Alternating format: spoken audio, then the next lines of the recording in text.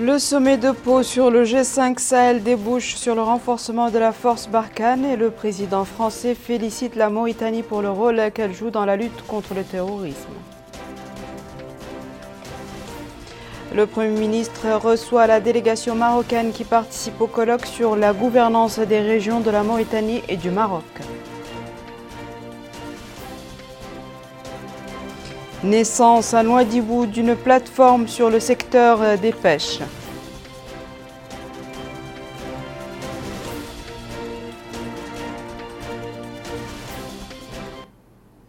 Bonsoir mesdames, mesdemoiselles et messieurs et merci de vous joindre à nous. Fin des travaux du 6e sommet des pays du G5 Sahel et de la France. La clôture de ces travaux s'est déroulée en présence du président de la République, M. Mohamed El-Cheikh El-Ghazouani, et de ses pairs du G5 Sahel, ainsi que du président français Emmanuel Macron. Cette réunion a permis de mettre en place un nouveau cadre politique, stratégique et opérationnel qui marquera une nouvelle étape dans la lutte contre les groupes terroristes au Sahel et dans la prise de responsabilité collective. Elle était également consacrée à la problématique du développement économique dans l'espace sahélien. Notons que le président de la République prolongera de quelques jours son séjour en France. Le président de la République, M. Mohamed El-Cheikh El-Ghazouani, a pris part aux côtés de ses pairs du Tchad, du Niger, du Mali, du Burkina Faso et de la France aux travaux du 6e sommet des pays du G5 Sahel et de la France qui ont débuté lundi au palais Henri IV dans la ville de Pau, dans le sud-ouest français. Mamadou Gaye.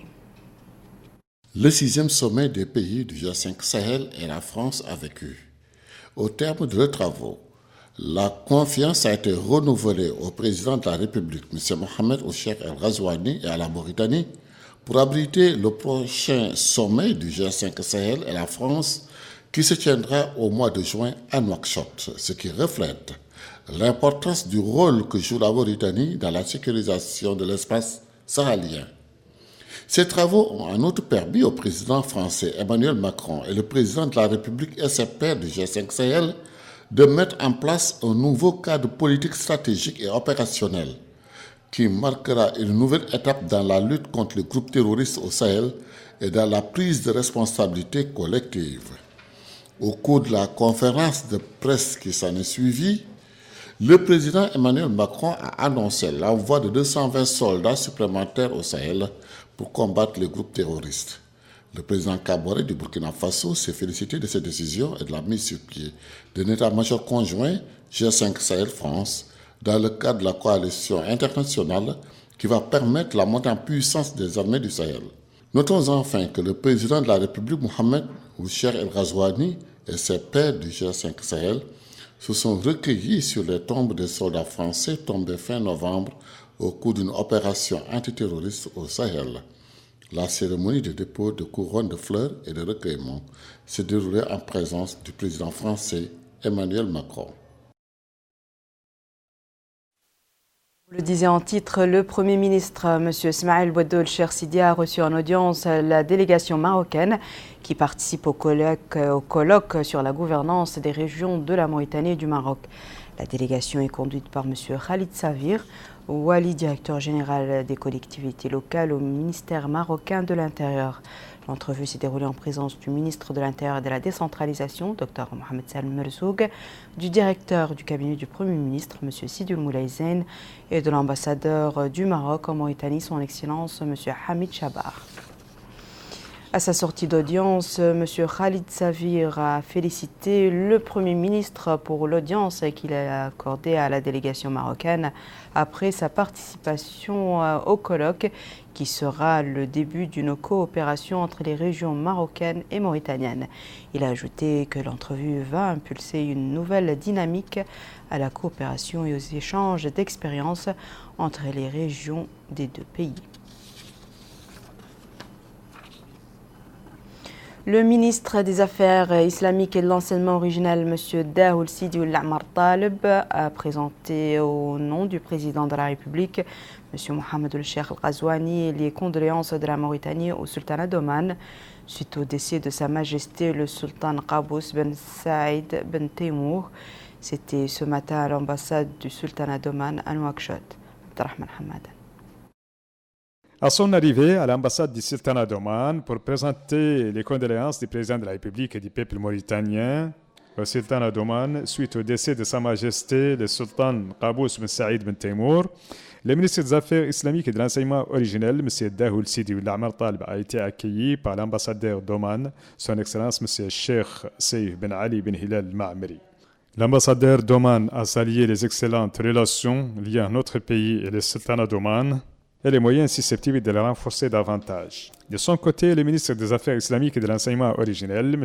Dahoul Sidi Ould Talib, a loué les relations existantes entre les deux pays frères avant que le ministre a écrit dans les registres de condoléances « Au nom d'Allah, le miséricordieux, et prière et salut sur le prophète Mohammed, au nom du président de la République, M. Mohamed Ould Cheikh Al-Ghazouani, du gouvernement et du peuple mauritanien, je présente mes sincères condoléances à Sa Majesté le Sultan Haytham bin Tariq bin Taymour, au peuple d'Oman frère, suite au décès du dauphin Sa Majesté le Sultan Qaboos bin Saïd bin Taymour, qu'Allah, le Tout-Puissant, le couvre de sa miséricorde et l'accueille dans son saint paradis.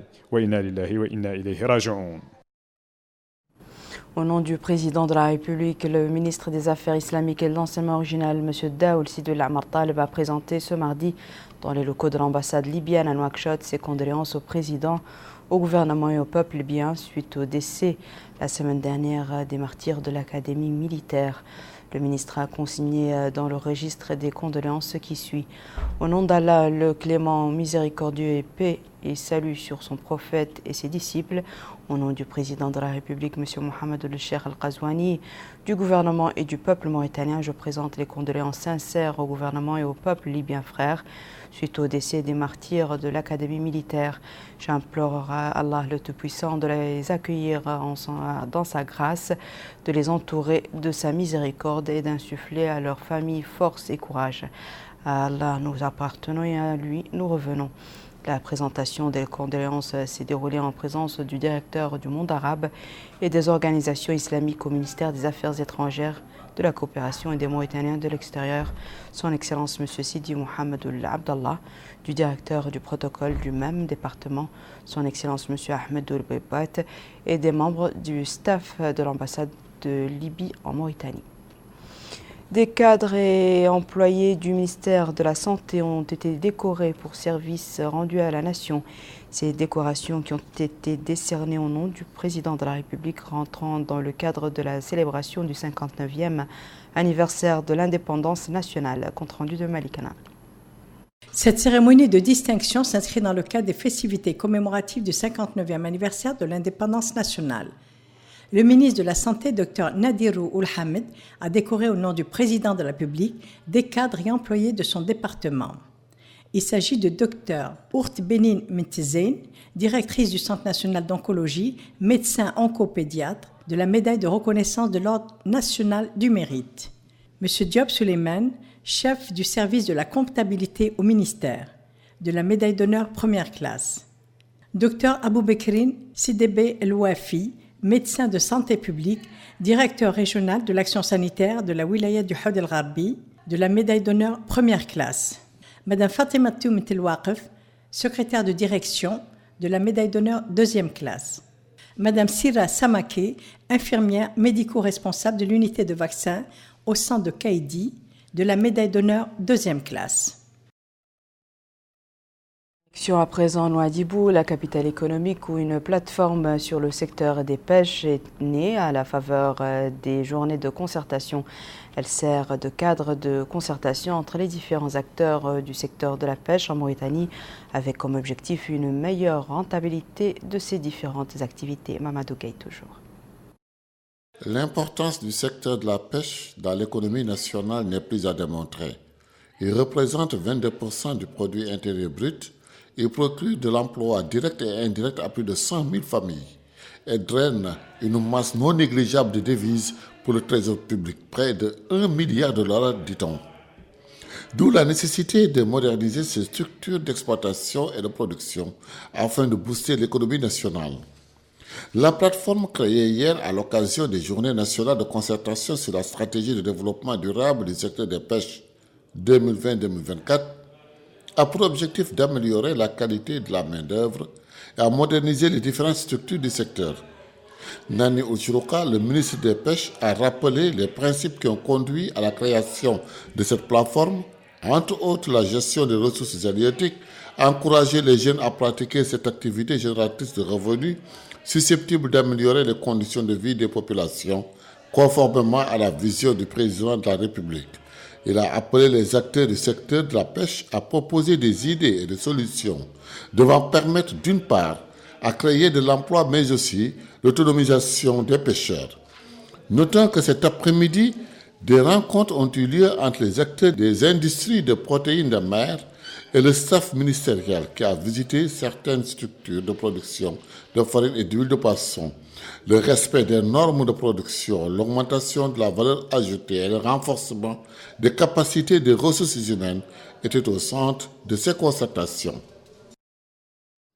Les travaux d'un atelier de validation du projet de création d'un observatoire des droits de la femme en Mauritanie ont débuté aujourd'hui. L'atelier permettra aux participants de discuter le rapport d'étude des consultants afin de ressortir les avis et recommandations sur le projet de l'observatoire qui a pour ambition de renforcer la protection des femmes et des filles et aussi de permettre un exercice équitable de la citoyenneté par les femmes pour un développement juste et durable. Malika Naqli. L'ambition de cet atelier de validation du projet de création d'un observatoire des droits de la femme est de renforcer la protection des femmes et des filles et de permettre un exercice équitable de la citoyenneté pour les femmes pour un développement juste et durable. Le projet d'observation se propose d'identifier, de recenser, de mesurer et d'évaluer les inégalités et leur évolution afin de les rendre visibles, d'en faire un objectif clé des politiques publiques et d'en mesurer les effets. La création de ce mécanisme permettra de lutter pour faire avancer les droits, lutter contre les violences et aider à combattre toutes sortes de discriminations. Ce mécanisme permettra également de surveiller l'évolution des conditions des femmes dans toutes leurs dimensions et de déterminer les obstacles que peuvent rencontrer les femmes dans tous les milieux. C'est une institution qui va permettre à notre pays de répondre aux exigences et à ses engagements dans le cadre de l'arsenal juridique international. Et donc là, elle aura le rôle d'investigation, elle aura le rôle d'émettre des avis, elle aura le rôle de faire des recommandations. C'est une validation qui va avoir lieu et qui va aboutir à la validation de cet observatoire, tant attendu par les femmes, tout simplement parce qu'il y a un arsenal juridique qui a été validé et qui existe. Il y a une volonté politique qui est réelle de promotion de la femme. Cet atelier illustre sur le terrain la ferme volonté du gouvernement de promouvoir les droits humains. La protection et la promotion des groupes sociaux les plus vulnérables, notamment les femmes et les filles, occupent une place de choix dans le programme de société du président de la République, qui a fait de la lutte contre les violences à l'égard des femmes et des filles et l'autonomisation de celles-ci une de ses priorités. Conscient que les objectifs de développement durable, en particulier l'objectif 5, ne peuvent être atteints sans mettre fin aux formes de violence à l'égard des femmes et des filles et garantir une véritable autonomisation des femmes et des filles en renforçant leurs capacités économiques et politiques. Le gouvernement a pris plusieurs mesures pour promouvoir l'égalité des droits entre les sexes et mettre fin aux violences contre les femmes et les filles. L'intégration de la dimension genre dans les programmes et projets de développement. L'Observatoire sera donc un mécanisme institutionnel spécialisé pour examiner et assurer le suivi de la situation des droits des femmes, surveiller toutes les violations contre les droits des femmes, afin de rectifier et les traiter en temps opportun. Cet atelier s'inscrit dans le cadre des engagements auxquels le pays a souscrit au plan international. Le projet de cet observatoire a pour ambition de renforcer la protection des femmes et des filles, mais aussi de permettre un exercice équitable de la citoyenneté par les femmes pour un développement juste et durable. Il est indispensable de développer et d'appliquer des outils et de renforcer les compétences des institutions et acteurs chargés d'observer les inégalités, de les connaître, les étudier et les divulguer aux fins d'influencer les politiques publiques. L'Observatoire sera donc un mécanisme institutionnel spécialisé pour examiner et assurer les droits des femmes. Le ministre de l'Emploi, de la Jeunesse et des Sports a paraphé une convention de partenariat avec la société d'exécution des travaux à partir de matériaux locaux, ce qui permettra de trouver d'opportunités d'emploi sur les formations aux jeunes du pays. Au même moment, les jeunes demandeurs d'emploi se sont rendus au niveau de la coordination des projets d'emploi pour postuler aux postes ouverts. Abdul Adamaba. Cette convention de coopération entre le ministère de l'Emploi, de la Jeunesse et des Sports et la société d'exécution des travaux à partir de matériaux locaux permettra de générer 526 emplois en plus des opportunités de formation au profit de 300 jeunes, ce qui rentre dans le cadre de l'appui à l'employabilité des jeunes. Cette convention a été signée par le directeur de cet établissement et le secrétaire général du ministère de l'Emploi, de la Jeunesse et des Sports. L'objectif est de faciliter l'accès à l'emploi aux jeunes. Mohamed Lamine Ould Khatri, directeur de l'établissement d'exécution des travaux à partir de matériels locaux, a souligné que cette convention, qui fait partie de la stratégie du département de l'Emploi, de la Jeunesse et des Sports, entre dans le cadre du programme du président de la République, un programme qui, dit-il, est exécuté par le gouvernement au profit des citoyens en général et en particulier aux couches démunies.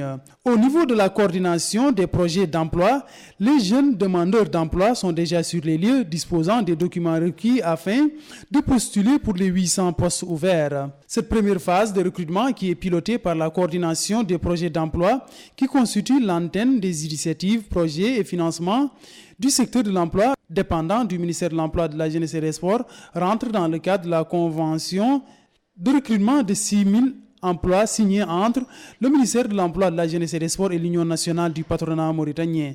La mission de la coordination des projets d'emploi de créer beaucoup d'opportunités d'emploi pour les jeunes, notamment d'abord en les formant, des formations qualifiantes, en les accompagnant en leur offrant des opportunités de stage dans les entreprises et en leur finançant des activités génératrices de revenus et des MPE. Donc, elle s'inscrit dans ce cadre-là.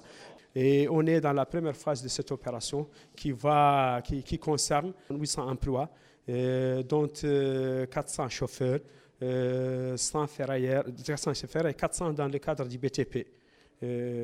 Donc 100 électriciens, 100 ferrailleurs, 100 coffreurs et 100 maçons. Concernant cette opération, elle se déroule normalement. C'est dans le cadre de la convention signée entre les ministères de la Jeunesse et de l'Emploi et les patronats. Là, on a des jeunes, par exemple, ce jeune-là, il est là, il veut s'inscrire dans le CGLVH, maçonnerie. Il doit amener une copie de sa pièce d'identité ou bien son acte de naissance, un casier judiciaire, un certificat médical, plus 2 photos.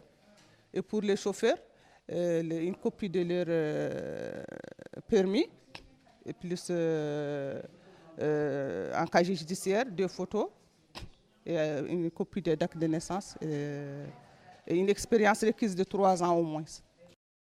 Quant aux citoyens qui sont venus pour postuler pour les positions demandées, la satisfaction et le sentiment le mieux partagé, ils ont exprimé leur remerciement à l'endroit du ministère de l'Emploi, de la Jeunesse et des Sports et au pouvoir public. Ils ont aussi fait part de leur satisfaction par rapport à l'organisation qui caractérise cette opération. On entame aujourd'hui à Nouakchott des travaux d'un atelier pour présenter et introduire un guide destiné aux enfants en mobilité selon les textes de la loi islamique. L'atelier est organisé par le ministère des Affaires islamiques et de l'enseignement originel en coopération avec l'organisation Save the Children. Abdelrahman Hamad. Les travaux de cet atelier, organisé par le ministère des Affaires islamiques et de l'enseignement originel, en collaboration avec l'organisation Save the Children, se focalisent autour de la présentation et l'introduction d'un guide destiné aux enfants en mobilité conformément au texte de la charia islamique. L'adoption de ces textes va permettre une meilleure protection des enfants en mobilité selon notre législation et selon l'islam. Tout être humain qui n'a pas atteint l'âge de la majorité, fixé à 18 ans en Mauritanie, est considéré enfant. Et selon l'islam, tout enfant doit pouvoir s'épanouir et vivre dans un milieu qui assure la protection contre toute forme de violence et aussi toute négligence et toute exploitation et autres. Le président de Save Children et le chargé de programme pour les fonds fiduciaires d'urgence pour l'Afrique au sein de la délégation de l'Union européenne ont tour à tour salué les efforts déployés pour réaliser cet important guide qui vise à protéger les enfants en mobilité. Les enfants, c'est le futur d'un pays. Nous, on a tendance à dire qu'avant d'être le futur, c'est le présent. Et c'est très important pour nous de pouvoir avoir ce guide en Mauritanie, République islamique, où les enfants ont un réel besoin de protection. Et donc il fallait vraiment qu'on travaille en harmonie avec le ministère des Affaires islamiques pour élaborer ce guide. Nous félicitons Save Children dans le cadre du projet AFIA pour avoir collaboré avec le ministère des Affaires islamiques et d'avoir réalisé ce guide. Ce guide, en 2 mots, a pour vocation d'extraire des prescriptions concernant la protection des enfants en mobilité du Coran, des hadiths et de la charia, avant d'être utilisé par les religieux, notamment lors du prêche et d'autres manifestations d'intérêt. Le président de l'Union des imams mauritaniens, M. Mohamed Amin Ould Mouhoud, a appelé à élever les enfants suivant la noble morale islamique pour les protéger de toutes les formes d'extrémisme et de radicalisation, comme l'a ordonné le Saint-Coran et la noble sunna du prophète, paix et salut sur lui. Les participants à cet atelier de 3 jours ont suivi au cours de la première journée des exposés portant dans leur ensemble sur la raison d'être du guide et la situation des enfants en mobilité. Le président de la Commission nationale des droits de l'homme a tenu une réunion avec le Wali de Nouakchott-Ouest. Cette réunion rentre dans le cadre de la visite menée par le président de cette commission afin d'avoir une idée précise de la situation du droit de l'homme dans notre pays. Aminata Khan. Cette visite de prise de contact à la wilaya de Nouakchott-Ouest aura permis au président de la Commission nationale des droits de l'homme de s'entretenir avec les autorités administratives de la wilaya sur des questions relatives à la société, au respect des droits de l'homme, à la cohésion sociale et au renforcement de l'unité nationale. Maître Ahmed Salem Ould Bouhabbaini a déclaré que cette visite de prise de contact entre dans le cadre des efforts entrepris par la CNDH pour garantir les droits de tous les citoyens. Il a indiqué que la Commission prendra toutes les mesures préventives en vue de renforcer et protéger le droit des citoyens. La seconde étape de cette visite s'est déroulée au centre hospitalier national où le président de la CNDH s'est enquis des prestations dispensées aux patients avant de réaffirmer l'engagement des autorités à œuvrer pour le renforcement et la défense des droits des citoyens. La Commission, dira-t-il, est déterminée à aller de l'avant dans la promotion et la défense des droits de l'homme dans le pays, comme le dicte sa mission constitutionnelle. Le président de la Commission nationale des droits de l'homme a ensuite visité le centre des spécialités et l'hôpital mère et enfants de Nouakchott. Dans le domaine sportif, le rallye Africa Eco Race, qui est arrivé hier en territoire mauritanien à travers le PK55 au nord de Nouadhibou, a entamé sa course à partir de la ville de Chami. L'étape mauritanienne de ce rallye comprendra 3 étapes que les candidats devront couvrir au cours des prochains jours. Abdullah Damaba.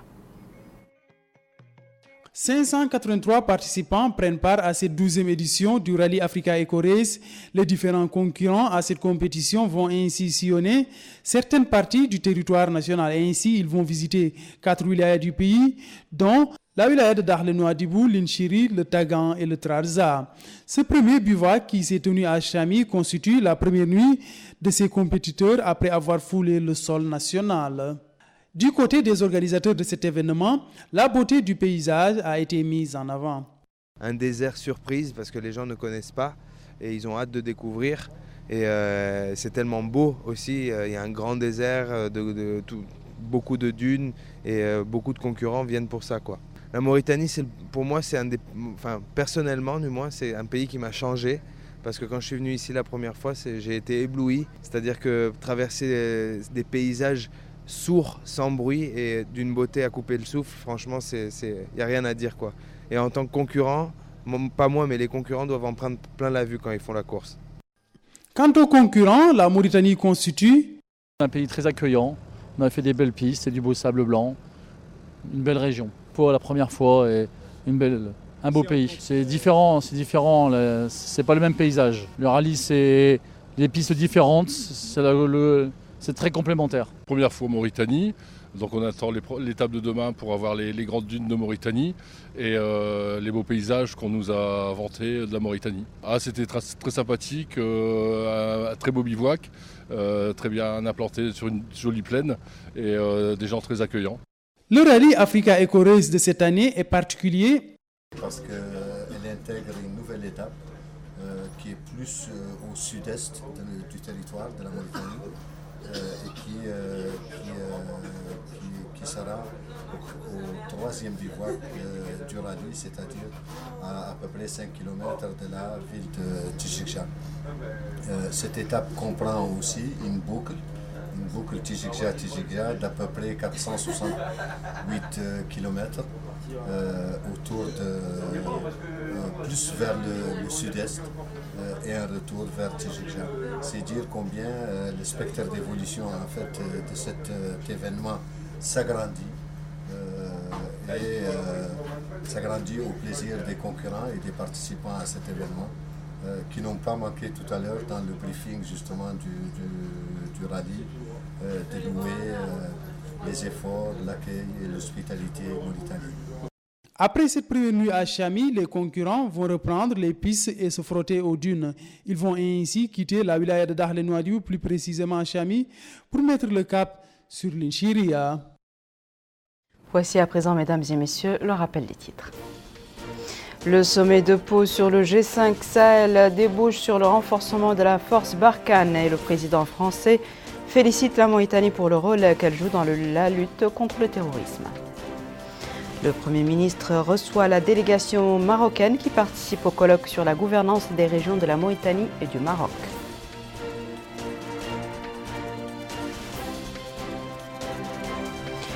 Naissance à Nouadhibou d'une plateforme sur le secteur des pêches.